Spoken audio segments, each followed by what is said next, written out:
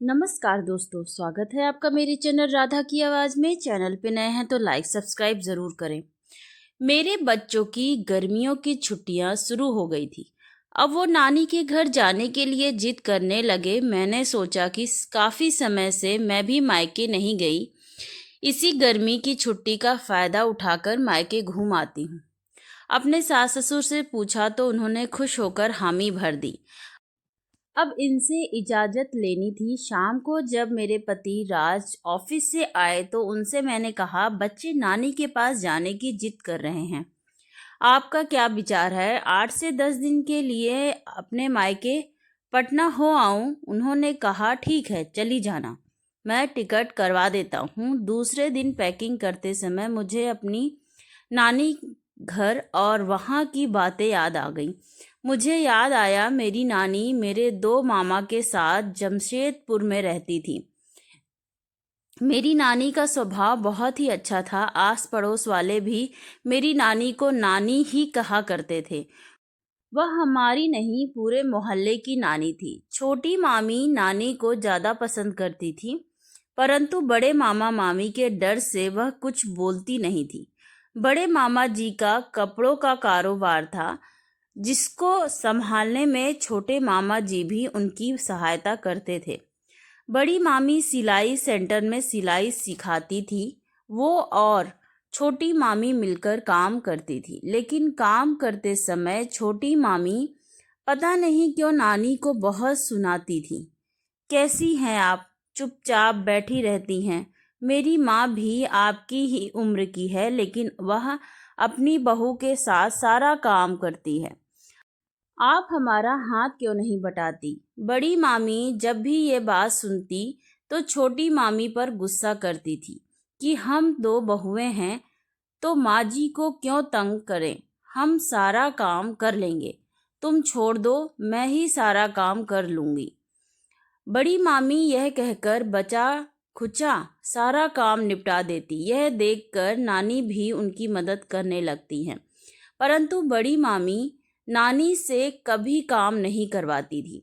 मैं और मेरी माँ मेरे दोनों भाइयों के साथ गर्मी छुट्टी में जमशेदपुर गए थे। मैं कभी भी नानी के पास तो 2-4 दिन से ज़्यादा नहीं रही, लेकिन इस बार 15 दिन के लिए प्रोग्राम में नानी के घर गए थे। 2-4 दिन में तो कभी नहीं पता चला कि छोटी मामी नानी के साथ कैसा व्यवहार करती थी, लेकिन 4-5 दिनों के बाद उनका रंग दिखने लगा। मम्मी ने नानी से कहा, माँ तुमने मुझसे कभी यह सारी बातें क्यों नहीं करी या भैया से क्यों नहीं बताया? आने दो, आज मैं दोनों भाइयों को घर की सारी स्थिति को बतलाऊंगी। मेरी नानी ने कहा, पूजा ऐसा कभी नहीं करना। वह दोनों थके हारे घर में आते हैं। मेरे चुप रहने से अगर घर में शांति बनी रहती है तो मैं चुप रहूंगी और तुम्हें भी चुप रहने के लिए ही कहूंगी। मैं अपनी बहुओं की शिकायत किससे कैसे करूं? ना उसके पति से कर सकती हूँ, ना तुमसे कर सकती हूँ। बड़ी बहू बहुत सेवा करती है मेरी, उसका मुंह देखकर भी मैं चुप हो जाती हूँ। मेरी माँ ने नानी से कहा, यह तो ठीक है, परंतु बड़ी भाभी भी कब तक तुम्हारा साथ दे पाएंगी? जब वह काम पर चली जाती हैं तब छोटी भाभी तुमको कितना तंग करती हैं। मैंने यह आंखों से देख लिया है, इसलिए तुम यहाँ नहीं रहोगी, तुम मेरे साथ पटना चलो। तुम मेरे साथ वहीं रहना। बाबूजी नहीं रहे इसका यह मतलब नहीं कि तुमको यहाँ लोग तंग करें। नानी बोली, बेटी के घर जाकर रहना अच्छा लगेगा क्या? दुनिया वाले भी क्या कहेंगे कि जिसके 2-2 बेटे हैं वह अपनी बेटी के घर जाकर रह रही है। नहीं, मैं तुम्हारे साथ नहीं जाऊंगी। मेरी माँ ने कहा, ठीक है, कोई बात नहीं। ऐसा ही 1-2 दिन और बीत गए।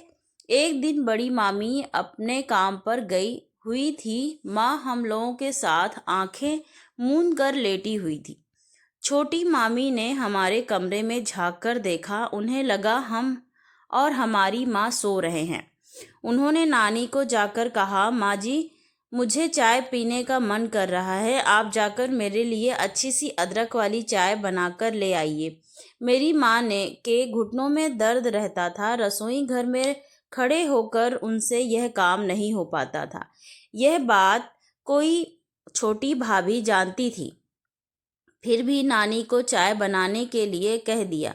जब माँ ने यह सुना तो उन्होंने जाकर छोटी मामी से कहा, चाय मैं बना देती हूँ, माँ को छोड़ दीजिए, उनके घुटनों में दर्द है। मेरी मामी ने माँ से कहा, मैं माँ से इतना ही लगाव है तो ले जाइए अपने घर। संयोग से उसी समय छोटे वाले मामा का आगमन घर में हो गया और उसने यह सब बातें सुन ली। अब उसने अपनी पत्नी से पूछा, तुम किससे क्या बोल रही हो, किसके लिए बोल रही हो, तुम्हें पता है? अब तो छोटी मामी को काटो तो खून नहीं वाली स्थिति हो गई थी। छोटे मामा ने कहा, मेरी बहन और मेरी माँ कहीं नहीं जाएंगे, तुम अपने अटैची पैक करो और अपना कपड़ा रखो और अभी के अभी अपने मायके चली जाओ। मेरी नानी ने जब यह सब सुना, मेरे मामा से कहा, बेटा यह क्या अनर्थ कर रहे हो, परिवार में समाज में नाक कट जाएगी। अरे इसकी तो आदत ही है, इसको बुद्धि ही नहीं है, क्या करोगे? मेरे मामा ने कहा, माँ अगर आज इसकी बुद्धि आज नहीं खुली तो मैं इसे घर से निकालने में तनिक भी देर नहीं करूँगा, क्योंकि मैं कई बार देखा हूँ कि यह तुम्हें तंग करने के बहाने ढूंढती है। मैं चुप इसलिए रहता था ताकि घर में शांति बनी रहे। बड़ी भाभी ने मुझे इशारों इशारों में इस बात को कई बार बताया और शायद तुम भी इसीलिए चुप रहती थी कि घर में शांति भंग ना हो। परंतु अब चाहे जो हो, यह घर के बड़ों का या किसी का भी अपमान करेगी तो मेरे साथ नहीं रह पाएगी। अब छोटी मामी रोने लगी। उसने हाथ जोड़कर मेरी नानी और मामा जी से माफ़ी मांगी और कहा कि नहीं, आज के बाद मैं इस तरह की कोई गलती नहीं करूँगी। मैं सबके साथ मिलजुल कर रहूँगी, कृपया आप हमें घर से ना निकालें। मेरी नानी ने मेरी छोटी मामी को माफ़ कर दिया और गले से लगा लिया। तभी मेरे बेटे ने आवाज़ दी और मेरी तंद्रा टूटी। मेरे बेटे ने पूछा, माँ क्या सोच रही थी? तो मैंने उसे सिर्फ इतना ही कहा, कुछ नहीं बेटा, मुझे भी गर्मी की छुट्टी और अपनी नानी की याद आ गई। मेरे बेटे ने जब यह सुना दूसरे का, ठीक है, अगली बार हम आपके नानी के घर पर चलेंगे और कहकर मेरे गले से लग गया। धन्यवाद दोस्तों, ये छोटी सी प्रेरणादायक स्टोरी आप लोगों को कैसी लगी कमेंट करके ज़रूर बताएं। Thank you so much for watching. Please like and subscribe to my channel.